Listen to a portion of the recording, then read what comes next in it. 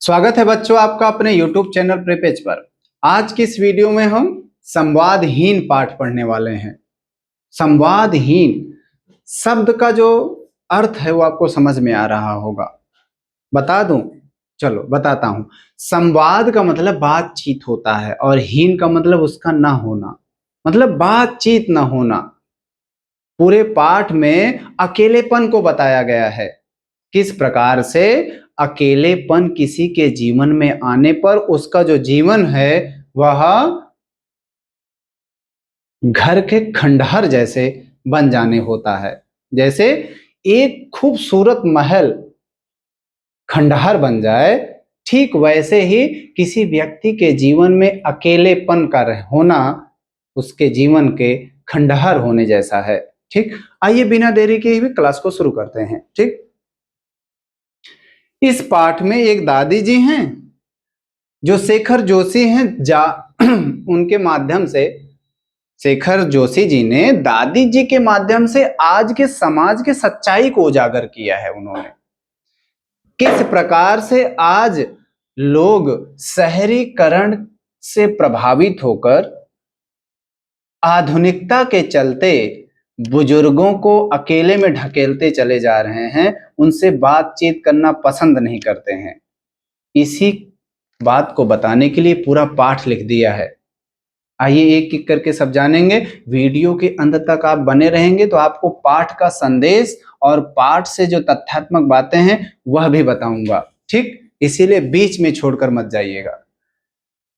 पाठ आपने देखा होगा ना, पाठ कितना बड़ा है। यहां मैंने उसको बहुत अच्छे से सटीक शब्दों के साथ पॉइंट वाइज हेडिंग वाइज लिखा है कि आपको इसी को पढ़ करके पूरा पाठ समझ में आ जाएगा। पूरे पाठ को बुक से पढ़ने की आवश्यकता नहीं पड़ेगी, पूरी कहानी एक बार में समझ में आएगी। ठीक है, शुरू करें क्लास को। पारिवारिक पृष्ठभूमि एवं एकाकीपन की विभीषिका। कितना विभीषिका समझ रहे हैं। पूरा जो दादी जी हैं उनका जो जीवन है वह अकेले में बीत रहा है और इसी को तो दर्शाने के लिए जो शेखर जोशी हैं वह ये पाठ लिख डाले हैं। ठीक, होता क्या है, सोना पुश्तैनी मकान। पाठ में एक ताई जी हैं, एक दादी जी हैं। उनका घर हरा भरा रहता है, पूरा परिवार है, पति हैं, पुत्र हैं, पुत्रियां हैं, नाती हैं, बहू है, लेकिन और एक बड़ा सा घर है। लेकिन क्या, आधुनिकता के चलते पुत्र और बहू जो है वह शहर चले जाते हैं, पति की मृत्यु हो जाती है, पुत्रियों का विवाह हो जाता है, नौकर लगे थे घर में काम करने के लिए। जब घर में कोई काम नहीं बचा तो नौकर भी घर छोड़कर चले गए। जानवर भी थे, मवेशी भी नहीं रह गए, अब जानवर भी हटा देना पड़ा क्योंकि घर में कोई नहीं था। दादी जी अकेले रहने लगी, गांव से दूर हो गई वो, गांव से उनका संबंध टूट गया। घर में अकेले होने की वजह से गांव का कोई भी सदस्य उनसे मिलने नहीं आता था, क्योंकि जब कोई काम नहीं पड़ेगा तो कोई क्यों मिलने आए। लेकिन भला हो गणपत का, तीन महत्वपूर्ण है इसमें। ताई ना, बूढ़ी दादी जी, गणपत, जगन राम मास्टर और मिट्ठू तोता। तो गणपत ने देखा कि दादी जी अकेले में समय बिता रही हैं, दादी के साथ कोई बात करने वाला नहीं है। उन्होंने मिट्ठू नाम का तोता ला कर दिया और वो मिट्ठू तोता नहीं, वो मनुष्य की तरह बोलने लग गया। हर बात पर दादी के प्रश्नों का जवाब देना, दादी से वैसे ही बातें करना जैसे कि कोई घर का सदस्य, कोई उनका अपना व्यक्ति बात कर रहा हो। धीरे धीरे दादी का अकेलापन खत्म होता है और फिर वहीं से दादी के जीवन में फिर से हरियाली आती है, फिर से दादी जी को गांव के किस व्यक्ति के घर कौन सा पकवान बन रहा है और गांव के किस व्यक्ति के खेत में कौन सी फसल, कौन सी सब्जी उगाई गई है, इसका पता चलने लगा। इसका मतलब दादी जी को गांव के लोगों से फिर से एक जुड़ाव स्थापित हुआ और उनसे भी लोग मिलने आने लगे थे। लेकिन फिर कहानी एक अजीब मोड़ लेती है। पहले आते हैं, देखते हैं क्या कुछ होता है। देखो भाई, पीढ़ियों की दूरी और पलायन, हमने आपको बताया है कि आधुनिकता के चलते उनके जो बहू बेटे थे वे शहर चले जाते हैं। उपेक्षा और सन्नाटा, परिवार के सदस्यों के जाने पर गांव के लोगों का आना बेहद सीमित हो जाता है और दादी अकेले में जीवन बिताती हैं। मिट्ठू का आगमन और ताई का भावनात्मक संबल। गणपत नाम का व्यक्ति दादी जी को एक तोता ला करके भेंट करता है और उसी तोते से दादी जी बात करते हुए फिर अपने पुराने वाले समय में वापस आती हैं, फिर से खुशी होती है। वात्सल्य और ममता का पुनर्जन्म। वात्सल्य मतलब जान रहे हैं? वात्सल्य केवल एक माता और पुत्र के बीच में होता है अपनी संतान के प्रति। इसका मतलब दादी जी तोते से अपनी संतान की तरह प्रेम करने लगी थी। इतना ज्यादा प्रेम जग जाता है, बहुत ज्यादा। अब यहां से ममता का पुनर्जन्म होता है। बहुत दिनों बाद तोते पर जब वो अपना स्नेह बरसाती हैं तो कोई ऐसा मिलता है जो उन्हें हंसाने का काम कर रहा होता है। संवाद की बहाली, मतलब ये कि अब जो दादी अकेले में समय बिताती थी, जो दिन भर बोलती तक नहीं थी, कोई बात करने वाला नहीं था, अब उन्हीं को वो मिट्ठू नाम का तोता मिल जाता है और उस तोते से वो बातचीत करते हुए अपना दिन बिताती हैं। यहीं से दादी के जीवन में एक नया परिवर्तन आता है, एक नया सवेरा होता है। अब दादी जी का जीवन पहले जैसा खाली खाली नहीं रहता है, जीने का एक आधार मिल जाता है। जो दादी जी दिन भर कहती थी सुबह शाम कि हे प्रभु अब नैया कैसे पार लगेगी, वही दादी जो है अब जीने की उम्मीद रखती हैं, कब मुझे जीवन जीना चाहिए।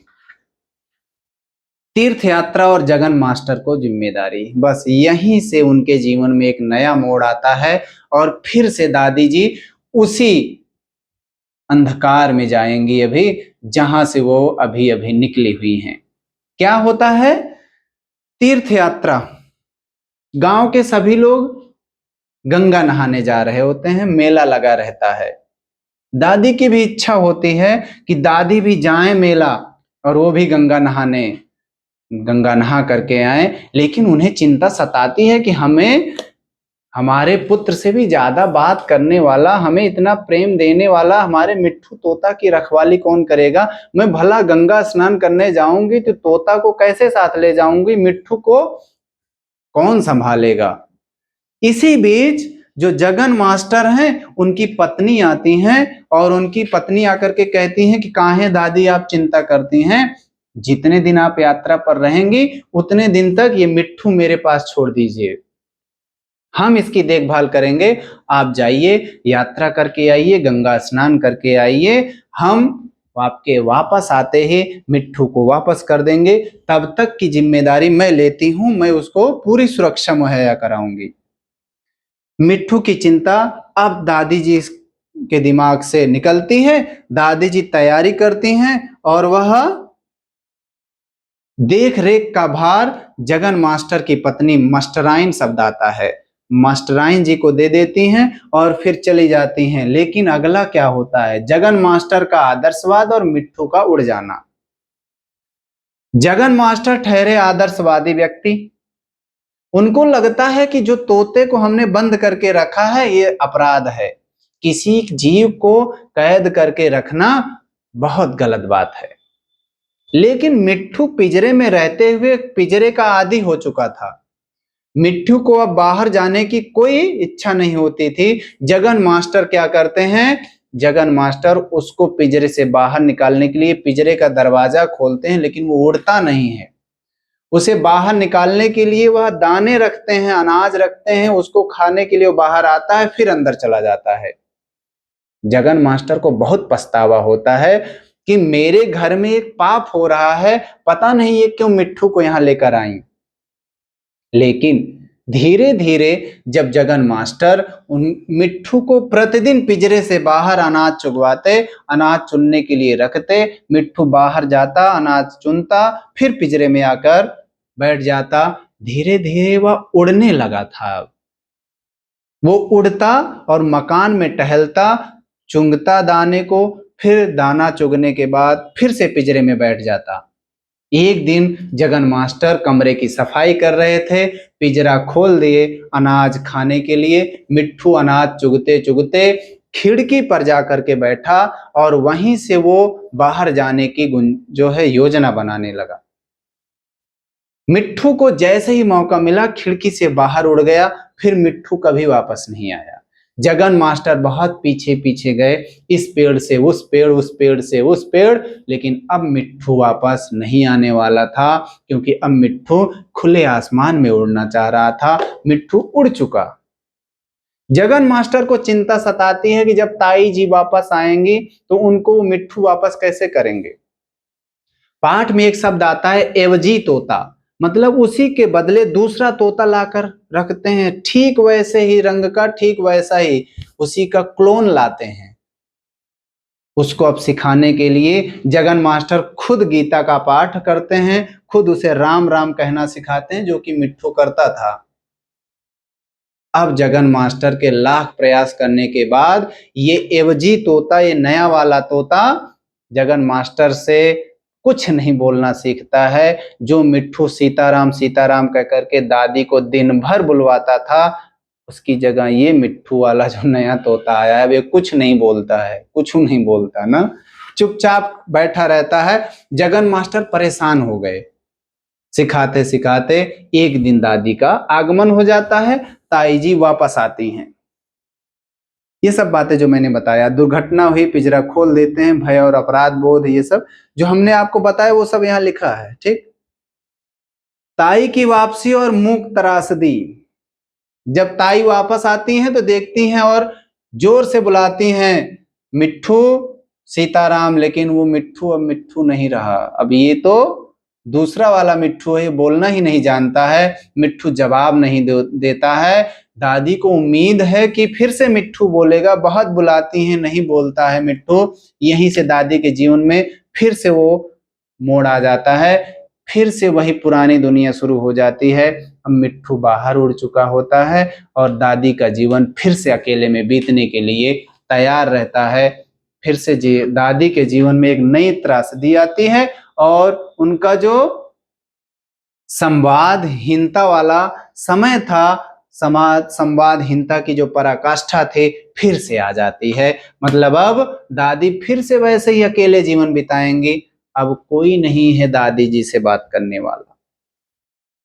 इसका मतलब शेखर जोशी ने क्या बताया? शेखर जोशी ने बताया कि एक जीव के जाने पर जो उनका अपना नहीं था, पराया था, फिर से वैसे ही जीवन उनका बीतने के लिए तैयार हो गया।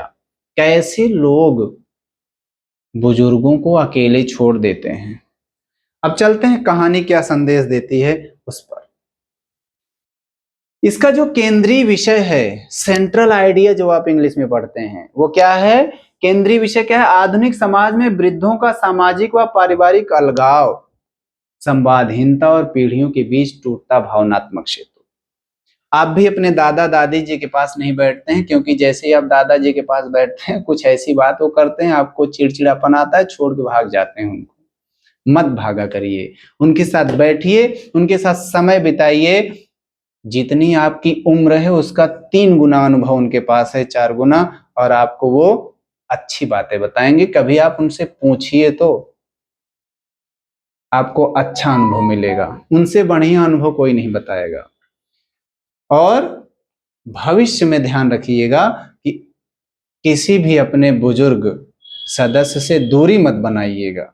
ठीक, प्रतीकात्मक अर्थ क्या है इसका? भैया जो पिंजरे का पुराना तोता था ना, वो आत्मीय संवाद और जीवन का प्रतीक था, और जो नया वाला तोता आया था बाहरी वाला, वो वही वाला है जो आज दिखावे वाले लोग हैं।